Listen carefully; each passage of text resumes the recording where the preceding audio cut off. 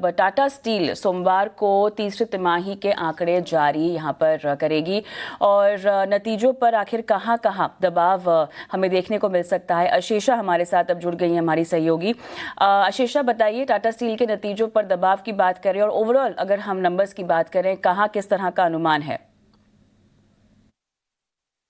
बिल्कुल, sequential basis पर देखिए तो टाटा स्टील के नतीजे इस तिमाही में सॉफ्ट हो सकते हैं। याद रखिए, स्टील प्राइसेस सीक्वेंशियल बेसिस पर घटे हैं, जिसका डायरेक्ट इम्पैक्ट कंपनी के रियलाइजेशंस पर होता हुआ नजर आएगा। आंकड़ों की बात करें तो कंसोलिडेटेड रेवेन्यू 53,673 करोड़ के आसपास एक्सपेक्टेड है, 2% की गिरावट सीक्वेंशियल बेसिस पर। वहीं मार्जिन्स यहाँ पर ज्यादा दबाव दिखाई देगा, 8.9% एक्सपेक्टेड मार्जिन्स वर्सेस 11.4% जो कंपनी ने दूसरी तिमाही में रिपोर्ट किए थे।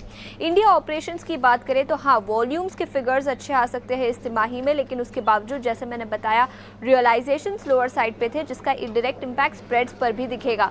एबिटा पर टन 10 से 12% की गिरावट के साथ करीब 11,500 रुपए पर टन के पास आ सकता है। तो सीक्वेंशियल बेसिस पर मार्जिन पर इम्पैक्ट दिखेगा और रियलाइजेशंस, जिसके चलते स्प्रेड्स पर भी इम्पैक्ट दिखेगा। यूरोपियन ऑपरेशंस की बात करें तो यहाँ पर सीक्वेंशियल बेसिस पर लॉसेस नैरो होते हुए नजर आएंगे, लेकिन फिर भी इसका दबाव कंसोलिडेटेड नंबर्स पर दिखाई देगा। आंकड़ों की बात करें तो एबिटा पर टन लॉस यूरोपियन ऑपरेशंस का करीब $55 पर टन के आसपास होगा वर्सेस $72 पर टन का लॉस जो कंपनी ने दूसरी तिमाही में रिपोर्ट किया था। मैनेजमेंट की कमेंट्री क्या निकल कर आती है डिमांड एनवायरनमेंट को लेकर, स्टील प्राइसिंग को लेकर, कैपेक्स प्लान्स को लेकर, वो काफी क्रूशियल रहेगी। But all in all sequential basis पर कमजोर नतीजे एक्सपेक्टेड है। स्टील प्राइसेस घटे हैं, जिसका इम्पैक्ट नतीजों पर दिखेगा।